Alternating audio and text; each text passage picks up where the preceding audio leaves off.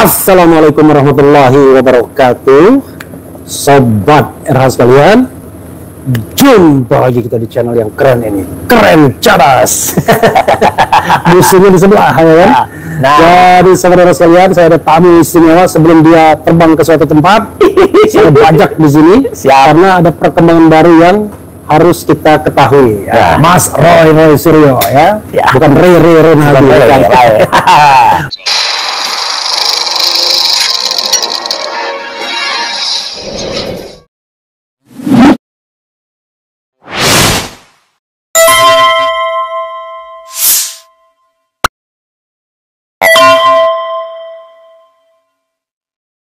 Mas Roy, saya penasaran, ya.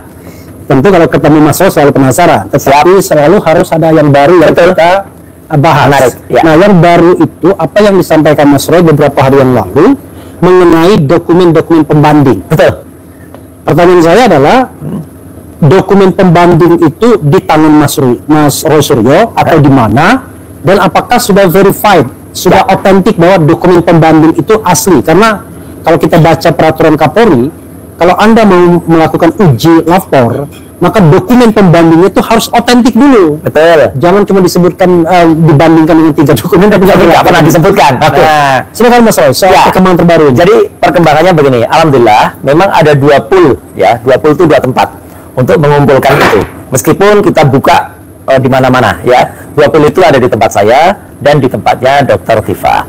Ya. Total dari 2 tempat ini sudah lebih dari 10 sekarang. Dan yang menarik adalah sudah lebih dari 10 ijazah. Sudah lebih dari 10 dan kelengkapannya. Oke. Dan yang menarik, besok pagi kebetulan tadi disampaikan oleh Mas Refli kan, memang saya akan ke Jogja, terbang ke Jogja, dan ke Jogja akan ketemu dengan beberapa tokoh masyarakat, ketemu juga dengan Bang Resmond di sana yang hari-hari ini, terus dan Bang Resmond itu paginya akan melaporkan lagi, bikin laporan lagi di Polda Metro Jaya, Polda Yogyakarta. Ya, dan siangnya kami akan ketemu dengan beberapa tokoh dari Jogja, dan memang ada sesuatu yang kami akan jaga. Dan disitulah kami juga akan menerima lagi bukti-bukti yang mereka ingin menyerahkan secara langsung. Karena kan kalau mereka kebanyakan kan lulusan UGM itu kan juga banyak yang masih di Jogja, dan rata-rata mereka angkatan 78, 79, 80. Yang 80 justru menariknya ini, seluruh pemirsa Era Channel itu memang justru tidak sebanyak yang angkatan di atasnya, karena pada tahun itu orang lulus 5 tahun kalau untuk fakultas eksak itu jarang. Ada itu ya. Jadi artinya kan kalau lulus, apalagi UGM. Jadi rata-rata lulusnya itu 6 tahun, 7 tahun gitu. Jadi kebanyakan ijazah yang ada di tangan saya, ada di tangan Dr. Tifa, itu adalah satu bisa kita pastikan itu adalah original dan juga otentik ya gitu. Apa otentiknya kenapa? Karena satu diserahkan oleh orangnya langsung, jadi pemilihnya langsung, dan itu benar-benar dari tahun yang mereka berada ya, dia rata-rata lulusan 85 ya, 85, dan meskipun di 85 itu memang ada beberapa kali bulan kelulusan ya, jadi tidak hanya November tapi juga ada bulan-bulan lain, jadi ada di bulan Agustus, ada juga di bulan sebelumnya.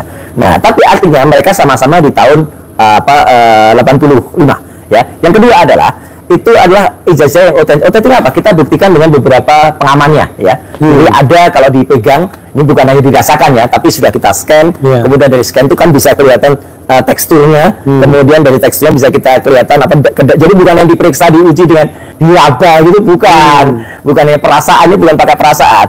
Nah, meskipun saya tidak punya laboratorium uji dating ya, carbon dating ya. Itu yang punya di Indonesia tidak banyak ya. Mungkin hanya ada di BRIN, dan kemudian kalau kepolisian pun yang punya bukan yang ada di Jakarta tapi yang ada di Semarang, yang ada di Akpol ya, yang ada laboratorium untuk menguji kayak gitu, puslabnya ada kayak gitu. Nah, nanti bisa kita uji itu kertasnya, tapi artinya dengan dokumentasi yang melengkapi. Jadi bukan hanya ijazah ya, tapi ada juga skripsi, ada yang memang tidak pakai skripsi juga ada juga yang mereka mengumpulkan kartu mahasiswa. Nah, ini kartu mahasiswa itu mereka kumpulin ya, dari tahun ke tahun itu ada ya. Kemudian ada yang mereka ngumpulin kartu ketika berangkat KKN, kuliah kerja nyata ada. Laporan KKN memang tidak ada, karena laporan KKN itu dikumpulkan di waktu itu ada di unit pengembangan masyarakat ya, waktu itu yang ada di Boulevard ya gitu. Tapi kartu untuk KKN ada.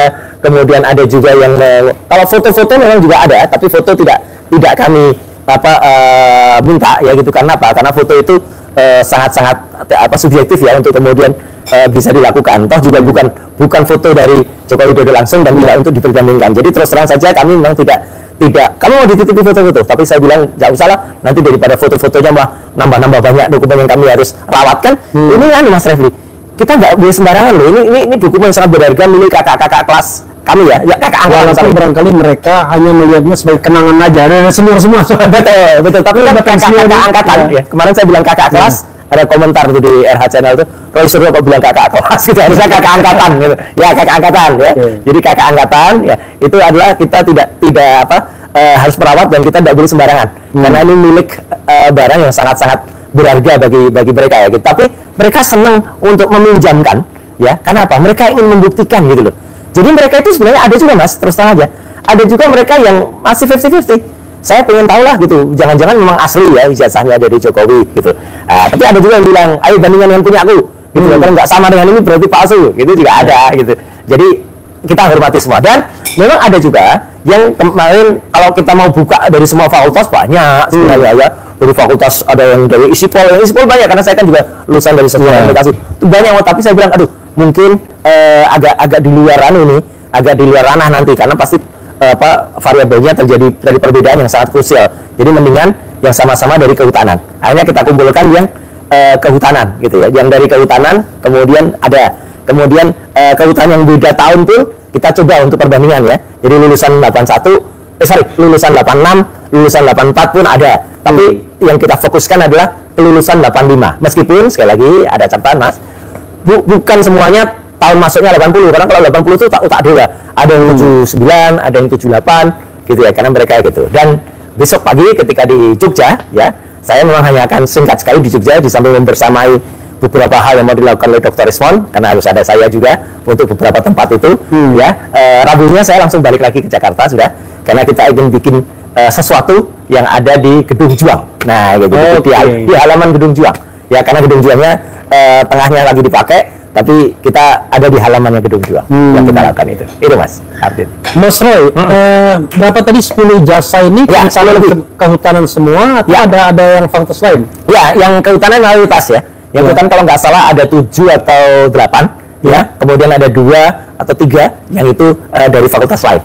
Karena ada juga yang suami istri. Ada yang suami istri itu yang istrinya kebetulan bukan sarjana, tapi sarjana muda. Ijazahnya mirip-mirip juga gitu ya, tapi pengamanannya beda dengan pengamanan yang ijazah sarjana. Oke, dari kehutanan ini yang tahun 85 tamatnya berapa ijazah? Ada sekitar 7 sampai 8. Oh, 7 sampai 8 ini yang 85 semua 85. Oh, semua 85. Ya, jadi saya itu cerita yang yang 86 87 itu akhirnya tidak jadi kita bandingkan gitu, karena itu nanti akan udah beda tahun gitu. Ya, meskipun yang 85 itu ada beberapa bulan kelulusan Mas gitu. Ya. Nah, itu 85 itu 3 kali wisuda. Betul. Ada yang November, ada yang Agustus, ada yang sebelumnya lagi. Oke, dan yang November persis dengan Pak Jokowi itu ada itu memang terus terang memang agak sedikit yang kita bisa dapatkan. Saya nggak tahu kenapa ya gitu, atau mungkin mereka sudah di orkestrasi atau di koordinir gitu. Jadi ya udah, bagi saya nggak ada masalah. Yang penting tahun 85 gitu. Oke. Toh juga harusnya ya. Kalau sama-sama UGM, sama-sama sefakultas, ya sama-sama periode tahunnya, ya ijazahnya harusnya nggak boleh beda banget ya. Atau gini, terus terang aja saya katakan begini. Saya dulu sebenarnya sudah curiga itu ketika saya melihat ijazah asli saya. Ijazah asli saya itu tahun 91 Mas. 91 itu sudah detail banget. Ada yang namanya watermark, ada yang namanya benang pengaman, ada yang namanya emboss ada. Cuman saya nggak berani bandingkan langsung, atau saya nggak berani statement dengan ijazah tahun 91 milik saya, karena tidak apple to apple. Dia nggak ada materainya. Ya, ijazah tahun 91 sudah nggak ada materainya. Gitu. Kalau zaman Pak Jokowi masih ada materainya. Makanya ketika kemudian saya dapatkan ijazah tahun 85 yang meskipun beda bulannya dengan Jokowi ya, itu November ya, 5 November, tapi ada materainya, jadi semuanya bentuknya sama, ya udah, itulah yang akan kita gunakan. Tapi makanya saya ketika kaget itu begini lah, saya pikir dulu dengan melihat postingannya Dian Sandi ya, ketika ijazah tahun 85 itu belum secanggih ijazah tahun 91 ya. Karena di Dian Sandi itu sama sekali tidak ada atau tidak nampak yang namanya watermark nggak nampak, emboss juga nggak nampak, ya gitu. Kemudian juga fotonya malah kontras sekali. Foto kontras sekali itu agak tidak lazim ya untuk sebuah dokumen yang sifatnya analog. Gitu. Itu biasanya itu sudah dokumen yang sifatnya digital dan itu mungkin sudah mengalami kontras berkali-kali. Editing, karena editing. Apalagi lintasan catnya tidak menempel di jasnya kan itu. Nah, kemudian ada materai. Nah, ketika ada materai itu saya waktu itu juga waduh ini nggak bisa dibandingin nih dengan ijazah 9. Tapi ketika kemudian saya melihat ijazah tahun 85, tadi Bang Refli kan mengatakan apakah otentik? Insya Allah ini kita pastikan otentik. Karena di antara ijazah-ijazah ini sudah kita bandingkan keidentikannya. Ya, jadi mereka identik. Identik itu apa? Artinya sama seperti uji saya terhadap ijazah yang milik yang waktu itu saya uji 11-15 miliknya Fronojiwo, 11-16 miliknya Almarhum Hadi Mulyono, 11-17 miliknya Sri Murtiningsih. Ya, dengan 11-20 yang tertulis Joko Widodo di situ. Itu kan yang 3 itu identik, tapi dengan 11-20 meleset. Nah, kalau yang ini, kalau yang ijazah rata tahun 85 ini sama semua. Sama. Walaupun bulannya berbeda. Bulannya berbeda sama. Karena bayangan saya memang dalam 1 tahun itu platnya sama berarti. Iya, nggak mungkin. Kan satu kelulusan itu kan mungkin hanya sekitar 70-an lah gitu. Ya kan nggak sampai 100 yang lulus pada saat itu. Kita udah kebangetan. Makanya itu, kecuali tahunnya beda. Nah, kalau tahunnya beda, wajar. Berbeda. Ya. Cetaknya berbeda. Cetaknya berbeda. Yang menangani percetakan, yang menangani ordernya juga mungkin beda. Tapi kalau tahunnya sama, ya Agustus, kemudian sebelumnya, dan kemudian dibandingkan dengan November, seharusnya sama. Itu yang penting. Jadi bisa dipastikan bahwa kalau pakai perkap ya, peraturan Kapolri, itu dokumen pembandingnya bisa dikatakan sudah otentik dan siap untuk dipertanggungjawabkan. Dibandingkan dengan makanya saya kalau dikatakan Mas Evi kan cuma mau bilang nih ya, mau menantang nggak gitu.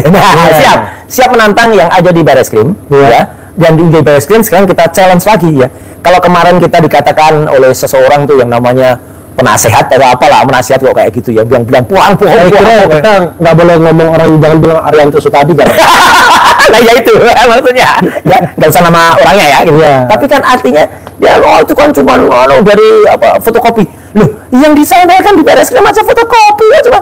Dan itu kalau itu fotokopi, fotokopi kita bandingkan itu kita sudah bisa menunjukkan identik atau tidak. Itu pun sudah jauh lebih jujur. Ada ijazah pembandingnya, nomor-nomornya kita sebutkan. Bukan yang kita nggak tahu ijazah pembandingnya seperti apa kan gitu. Ini sudah ijazahnya benar-benar analog asli ya, dan kemudian sudah kita uji dan EAJ-nya pun semuanya identik. Dan kalau dikatakan itu bohong, nggak pernah ada, sudah saya keluarkan analisis ELA-nya juga mereka ya gitu. Jadi artinya dengan analisis ELA-nya pun meskipun saya harus berhati-hati banget jangan sampai bisa terbaca itu milik siapa ya gitu, artinya tapi tetap kelihatan bahwa itu analisis ELA-nya adalah sangat-sangat bagus. Jadi kalau misalnya nanti akan dikeluarkan ke publik, namanya ditutup Mas ya? Nggak perlu ditutup pun. Kalau dengan ELA itu hanya kelihatan ngebayang namanya. Yang penting justru kelihatan bahwa itu masih misalnya suatu saat Mas Roy harus press conference. Sudah, kemarin kan sudah ada yang saya keluarkan menunjukkan ijazahnya dalam bentuk ELA. Ya, tapi kalau dalam bentuk analog, saya harus menghormati kepada yang bersangkutan, ya gitu, karena mereka bukan pejabat publik. Nah, itu bedanya. Ya, itu bedanya loh ya. Tidak ada kewajiban bagi mereka transparan. Iya, untuk terbuka ke publik. Saya udah tanya Mbak atau Mbak Yu atau Mas E, dulu jenengan kerja di mana gitu kan? Ada yang di swasta, tidak ada yang jadi komisaris gitu ya. Gitu. Jadi oke lah. Jadi karena mereka itu saya hormati. Mereka tidak masuk dalam yang dikecualikan di Undang-Undang Keterbukaan Informasi Publik ya. Pasal 17 dan 18 ayat 2 itu, terutama 18 ayat 2. Jadi saya benar-benar harus menghormati itu. Kalau beliau-beliau itu mereka itu kakak-kakak angkatan saya itu ya, itu harus kita lindungi gitu loh. Tapi kita juga nggak berat. Tapi mereka pun sebenarnya siap untuk ditunjukkan kalau sama jawabannya. Ya kalau nanti di depan persidangan gitu. Jadi artinya ada face to face. Ada. Mereka berani dan mereka sudah mempercayakan. Dan kami, saya Dr. Tifa yang mendapat kepercayaan penuh dan amanah penuh ini, kami wajib melindungi itu Mas Refli. Jadi kita nggak boleh sembarangan terus asal main tunjuk saja gitu, nggak boleh lah. Mereka itu ngasih via pos atau langsung? Langsung nggak berani. Makanya ketika di Jogja besok itu, ya itu juga mereka ada beberapa yang baru lagi nih, ada mau ketemu dan mau menyerahkan langsung. Karena mereka tadinya ada yang mau ngirim via pos tercatat gitu ya. Saya bilang jangan, nanti kalau ada apa-apa di tengah jalan aku yang ketempuhan gitu. Jadi dan mereka juga nggak mantep lah, mereka pengen pengen datang langsung, pengen salaman gitu, pengen foto-fotoan gitu, oke, kita. Mas Roy, ya. Ada pertanyaan lagi ya, satu ya. Kadang-kadang apa yang disampaikan Mas Roy itu sering ditolak oleh, saya terakhir lihat Profesor Kuncoro misalnya, sama mereka-mereka yang katakanlah membela Pak Jokowi bahwa ijazahnya asli, dengan mengatakan bahwa loh, kan yang diteliti Mas Roy itu bohong semua, karena cuma fotokopi. Tapi pertanyaan saya bukan soal fotokopi dihadirkan atau tidak. Memang kalau misalnya ijazah fotokopi itu tidak ada sebuah metode yang bisa kita percayai. Salah. Coba sebutkan Mas. Gini, yang walaupun kita pakai fotokopi itu sebenarnya kita masih bisa melakukan penelitian. Sebenarnya begini, ya fotokopi, ya namanya saja itu kan memfoto dan itu menjadi sebuah kopi.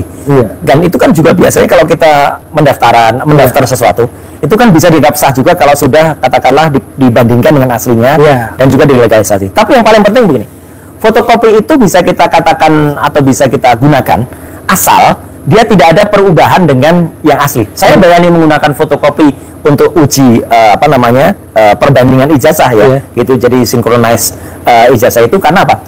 Beberapa kali ijazah bernomor 1120 yang sempat waktu konferensi pers di Fakultas Kehutanan UGM dipegang oleh Sigit Sunarta, ya itu memang ukurannya, dimensinya, ya jarak antara hurufnya, kemudian jarak antara penimpaan logonya yang sama-sama, kalau istilah saya mencotot ya, hanya keluar itu sama dengan yang ditampilkan di layar lebar Bareskrim, dan sama dengan yang ada di Bareskrim, sama juga dengan yang ada di Dian Sandi. Itu meskipun yang Dian Sandi itu agak distorsi karena dia trapesium gitu, tapi setelah dikoreksi trapesiumnya, dan bukan berarti kalau kan sudah dikoreksi itu kan berarti geser, nggak mungkin kalau misalnya aslinya itu A-nya keluar, ketika trapesium dikoreksi dari logo UGM, terus kemudian dikoreksi jadi masuk, gitu nggak mungkin.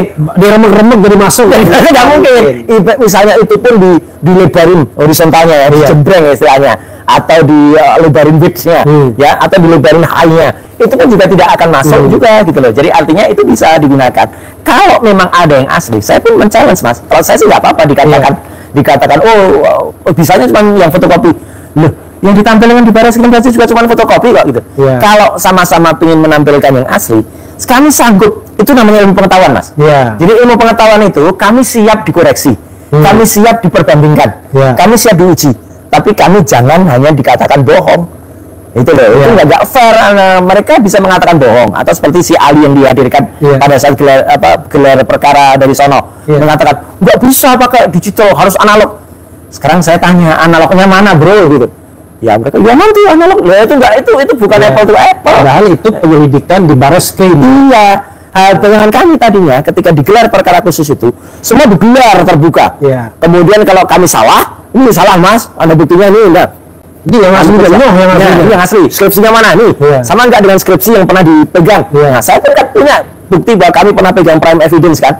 Cocok nggak? Nah, kalau cocok, oke. Kita fair kok. Kalau cocok kita bilang cocok.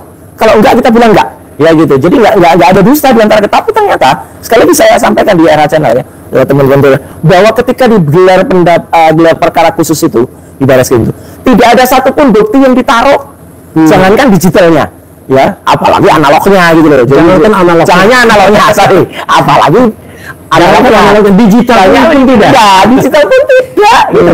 Jadi tidak ada. Bahkan yang ada itu cuma penolakan. Ini harus analog. Tapi saya tanya, kalau orang analog, mana analognya? Tapi paling tidak, tapi sedikit Mas. Karena tadi disebutkan salah seorang profesor yang saya hormati Prof. Kuncoro. Tidak apa-apa Prof. Kun, ya. Saya menghormati, mungkin Bapak belum membaca detail analisis saya. Saya dan Prof. Kun itu sama-sama kami peneliti dulu di Badan Narkotika Nasional. Sama-sama mendapatkan gelar ya gitu. Waktu itu gelar nasional yang namanya penghargaan Madya. Itu penghargaan tertinggi untuk nasional ya. Ada Madya, ada Utama ya gitu, dan kami sama-sama. Jadi Prof. Kun ini kan ketua BNNP, ketua Badan Narkotika Nasional untuk Provinsi DIY. Kami sama-sama memberantas itu, dan sebenarnya lucu juga Prof. Kun ini nggak apa-apa. Beliau juga sama-sama tidak setuju dengan Jokowi, tapi khusus untuk skripsi beliau mempercayai. Meyakini sama kayak Prof. Oka ini, dan mengatakan bohong soal rasional itu. Nggak apa-apa, karena hanya fotokopi nggak apa-apa. Mungkin beliau mendapatkan masukan-masukan itu dari kanan kiri, tapi saya pikir ini hanya persoalan hanya belum saling ketemu dan memahami saja. No problem kalau itu. Itu yang saya tekankan, bahwa tidak berarti bahwa kalau kita membandingkan dengan fotokopi yang Bareskrim itu tanggal 22 Mei salah, semua salah. Enggak. untuk image comparison dan tabnya huruf dengan tidak akan berubah. Kalau semua salah, berarti apa yang dilihat oleh Bareskrim juga, yang kemudian bukti-bukti itu ditampilkan, semuanya yang ditampilkan di layar itu kan sudah merupakan repro juga. Iya. Ya kan, jadi aslinya misalnya analognya ada. Tapi ketika dikatakan ditampilkan di layar, itu kan juga bukan analognya kan? Iya. Itu kan juga sudah digitalnya. Nah, kalau dikatakan dengan persepsi yang sama, oh digitalnya juga berlaku, ya berarti yang ditampilkan itu nggak laku semua. Ya, dan itu berarti penyebar hoaxnya jadi Bareskrim dong. Karena Dian Sandi. Iya, makanya Karena Mas Roy, kalau tidak salah kan Dian Sandi itu datang ke Solo. Ya, Sehari atau pada hari ketika sudah rame. 22 Mei itu. Betul. Bareskrim. Betul. Dia mengucapkan dia takut, dia memohon maaf kepada Jokowi karena dia telah mengupload tanpa izin. Oke. Nah, itu berarti masuk ke dalam pasal 35. Artinya meskipun dimaafkan, 32. Meskipun dimaafkan, nggak ada sebenarnya pemaafan itu, dia tetap kena pidana harusnya loh ya. Kalau tapi kan kita gini Mas Rep. Tapi Rono itu D12 itu. Makanya, tapi kan kita juga bukan orang yang punya DNA suka mempidanakan. Iya. Terus masuk penjara. Kita bukan tipe itu. Saya sekali lagi termasuk orang yang bikin undang-undang atau ITE. Kami tidak ada pikiran itu untuk kemudian untuk mempidanakan orang gitu kan, undang-undang itu ketika itu ada pasal-pasal itu memang untuk waktu itu ada untuk supaya orang tuh supaya takut melakukan. Tapi ketika ada korban waktu itu yang pertama kali yang sangat viral yaitu Prita Mulyansari, langsung kita revisi kan. Gitu. Hanya memang kenapa pasal 32 dan 35 itu tidak direvisi karena itu dulu nggak pernah terpakai. Pasal itu kan hampir nggak pernah terpakai.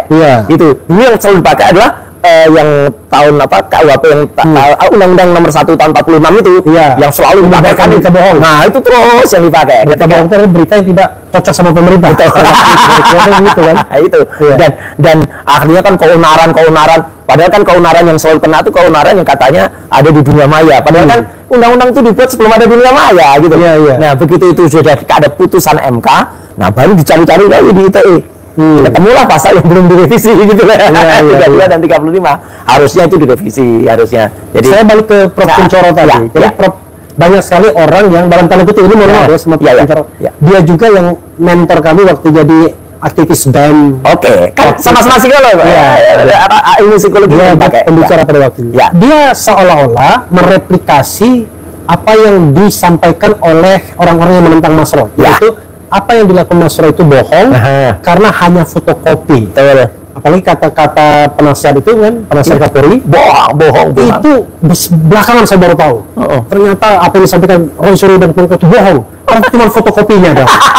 Karena kan memang fotokopi yang dibiarkan kan juga fotokopi. Tapi masalahnya adalah kalau fotokopi itu ditampilkan di dalam dokumen resmi Bareskrim, itu kan juga berarti bohong. Kalau seandainya dibilang bohong itu bohong juga. Kan juga sebenarnya sama gitu. Kalau dibalik, karena itu sudah disampaikan Bareskrim, maka kita anggap itu yang benar. Persis. Saya juga menganalisis lagi. Kalau Prof. Kuncoro kelihatannya, ini kan nanti akan ada ijazah yang baru. Kalau ada ijazah yang baru, berarti selama ini ada kebohongan. Gini, benar. Jadi artinya apa? Saya juga menganalisis perbandingan itu, ya. Jadi antara dokumen 1115, 1116, 1117, 1120 itu pasca pengumuman dari Bareskrim loh ya. Gitu. Sebelumnya kan tidak. Ada memang analisa yang lain lah ya, teman dari ITB, kemudian juga yang kalau di channelnya Refli Hakim itu disebut Mr. X ya. Sebenarnya bukan Mr. X ya, Mr. M itu. MA. Nah, kemudian anak yang baru ada juga yang namanya adik kita yang sangat pintar, namanya Topi Merah ya. Dan juga anggap aja dia namanya Red Hat. Terus kemudian Dr. Rismon ya, ada. Tapi saya pun sebenarnya setelah Bareskrim mengumumkan itu, ya itu yang kita pakai. Ya fotokopinya fotokopi dari Bareskrim, bukan dari mana-mana gitu loh. Gitu. Jadi memang ya aneh ya, saya tidak bisa mengikuti jalan pikiran dari penasehat ini ya gitu. Karena dia benar-benar sudah aneh gitu menurut saya. Dan dia kan juga apa fungsinya dia di dalam gelar perkara khusus itu gitu. Karena katanya dia ada di dalam ya. Tapi waktu Mas Roy dia nggak ada. Saya nggak lihat lah gitu. Nggak lihat atau nggak penting lah. Tapi pada sesi kedua dia ada. Nah itu bersama dengan UGM yang ketika UGM itu di sesi pertama juga nggak ada, tahu-tahu menongol di sesi kedua. Itu kan memang nggak fair ya. Sekali lagi memang banyak ketidakfairan, banyak ketidakobjektivitasannya, banyak kecenderungan yang saya katakan itu ya tidak benar lah gitu yang ada. Tapi nggak apa-apa lah, nanti akan kita lihat. Makanya hari ini tadi, siang tadi ya, kami juga ke Polda Metro Jaya itu untuk meminta gelar perkara khusus juga. Karena Polda Metro Jaya mengulangi kesalahan dari Barreskrim. Barreskrim tiba-tiba mengadakan gelar perkara, kemudian tidak terbuka, tiba-tiba mengumumkan. Nah ini kan juga tiba-tiba Polda Metro Jaya menaikkan kasusnya menjadi penyidikan, ya, dengan hanya berbekal fotokopi. Nah itu kan fotokopi memang gitu. Katanya ijazah itu sudah sempat dibawa aslinya kemarin, gitu ya. Tapi kan yang itu semua orang juga lihat yang bawa ditekuk-tekuk kayak gitu kan, gitu. Terus ada lagi pembelaannya, enggak Pak, itu dibawa oleh stafnya. Coba kita perhatikan videonya. Stafnya yang mana yang bawa, gitu. Kan kelihatan bahwa tadi kita kayaknya bukan hanya ijazah asli, ya, tapi orangnya juga hadir. Nah, ini yang penting lagi, ijazah asli, gelar perkara khusus, dan Pak Jokowi harus hadir. Karena kan sebenarnya gini, normalnya, wajarnya atau warasnya kalau pemeriksaan itu kan saksi pelapor dulu atau pelapor dulu yang di BAP pertama kali, ya kan? Nah, ternyata kan sampai dengan hari ini belum pernah nongol batang hidungnya, itu. Dan kemudian ini udah pro justisia soalnya, kan tidak. Betul. Dan konon kabarnya kan sudah mulai yang 12 itu mau dipanggil minggu ini. Selama pelapornya belum dipanggil, ya, tidak lazim kemudian justru orang-orang yang akan dilaporkan ini atau yang akan ditersangkakan ini kabarnya, ya, itu kemudian dipanggil. Nggak boleh. Itu saya nggak pegang, bukan pegang. Saya tadi diberitahu oleh para ahli hukum, ya, sekali lagi saya bukan orang hukum. Dalam aturannya, baik dalam KUHAP, ya, kita hukum acara pidana maupun dalam perkataan dalam perkap atau apalah gitu, itu harus pelapornya. Dan ini yang menarik, Mas, gitu. Tadi ada info juga gitu, katanya sebenarnya panggilan terhadap Joko Widodo itu sudah dilakukan minggu yang lalu. Kenapa tidak diumumkan? Seperti ketika Polda Metro itu mengumumkan kalau misalnya Dr. Tifa tidak hadir, ada suratnya dibilangin mangkir, ya kan, gitu. Egy Sujana mangkir, Abraham Samad mangkir, mangkir, gitu kan. Sedangkan Joko Widodo nggak pernah dikatakan mangkir, aneh kan, gitu. Bahkan tidak hanya mangkir, Mas. 2 di antara 3 pelapor yang katanya dari kelompok Peradi Bersatu atau berdua, bertiga, berempat, berlima, atau dari Public Defender itu, ya, itu kan akhirnya yang 2 tidak juga datang, sehingga kan akhirnya dianulir laporannya, ya. Yang Ferry Kahayan apa siapa itu namanya, satu lagi siapa itu kan sama saya mereka tuh ngerjain kepolisian, sudah niatnya mau lapor, sudah dibuatkan laporannya, sudah dicalonkan, ternyata nggak ada. Kan sama saya mereka itu apa, menyepelekan atau bahkan menghina kepolisian kan, dengan mereka tidak datang dan minimal bikin repot lah. Nah, sudah bikin repot kan, merugikan keuangan negara ini. Betul. Jadi kan sudah ada penyidik yang kemudian harus ngetik, harus pakai kertas. Dan yang paling menarik ini, Mas, kami nanti juga dapat info, ya, gitu. Setelah teman-teman masuk itu, bahwa yang namanya Joko Widodo itu sebenarnya sudah dipanggil minggu yang lalu, 1 tidak dikatakan mangkir, dan ternyata, Mas, ada permintaan khusus dari bersangkutan, konon yang kabarnya dia minta diperiksa di Solo. Tidak equality before the law. Betul, itu tadi yang saya bilang juga. Jadi tidak ada equality before the law. Kok enak betul. Jadi dia kalau minta diperiksa di Solo itu sama saja, nah, mengakalin dengan tidak mau menyerahkan ijazahnya kan.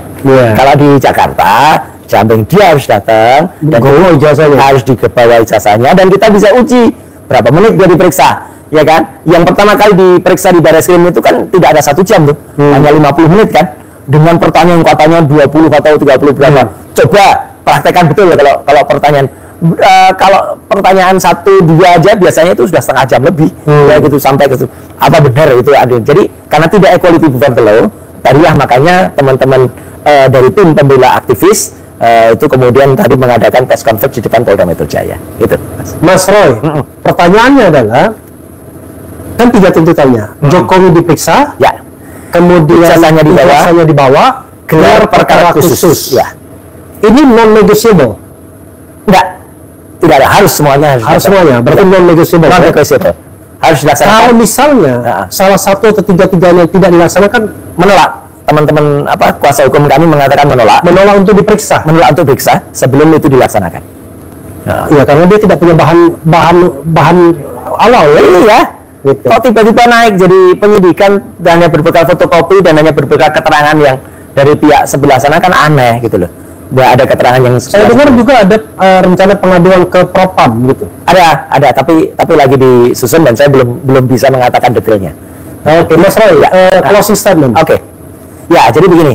Alhamdulillah hari ini ya, malam hari ini perkembangannya adalah saya menjelaskan detail tentang apa yang kami lakukan tadi di Polda Metro Jaya. Jadi kami minta 3 hal, dan itu semuanya prinsip dan harus ya. Ada gelar perkara khusus di Polda Metro Jaya. Pelapor dalam hal ini Joko Widodo harus hadir langsung, tidak boleh diperiksa di tempat lain karena tidak available for law.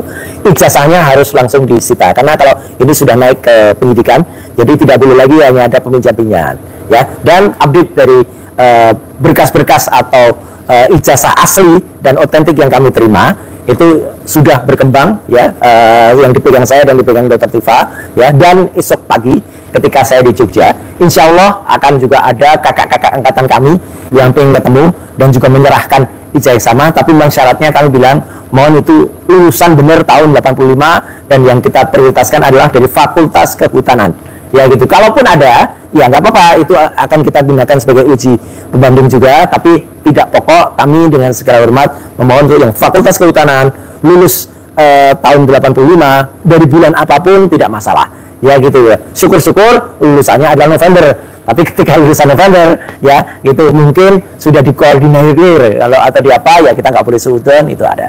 Dan ketika besok di Jogja, insya Allah kita akan ketemu dengan beberapa tokoh penting gitu ya, dan itu yang mungkin nanti akan juga bisa membantu kita semua, dan juga akan bisa menegaskan lagi apa-apa yang kemarin terjadi, misalnya dengan Profesor Dr. Sofyan Effendi yang kebetulan beliau itu juga penanda tangan dari ijazah asli saya, S2 Magister Kesehatan UGM sebagai rektor gitu, dengan tanda tangan yang memang berbeda dengan tanda tangan yang ada di surat kemarin itu. Klarifikasi. Ya, jadi itu yang bisa saya, moga-moga pemirsa RH Channel Live ini bisa memaklumi dan memahami. Mohon terus doanya dan terima kasih untuk Anda semuanya. Assalamualaikum warahmatullahi wabarakatuh. Waalaikumsalam warahmatullahi wabarakatuh.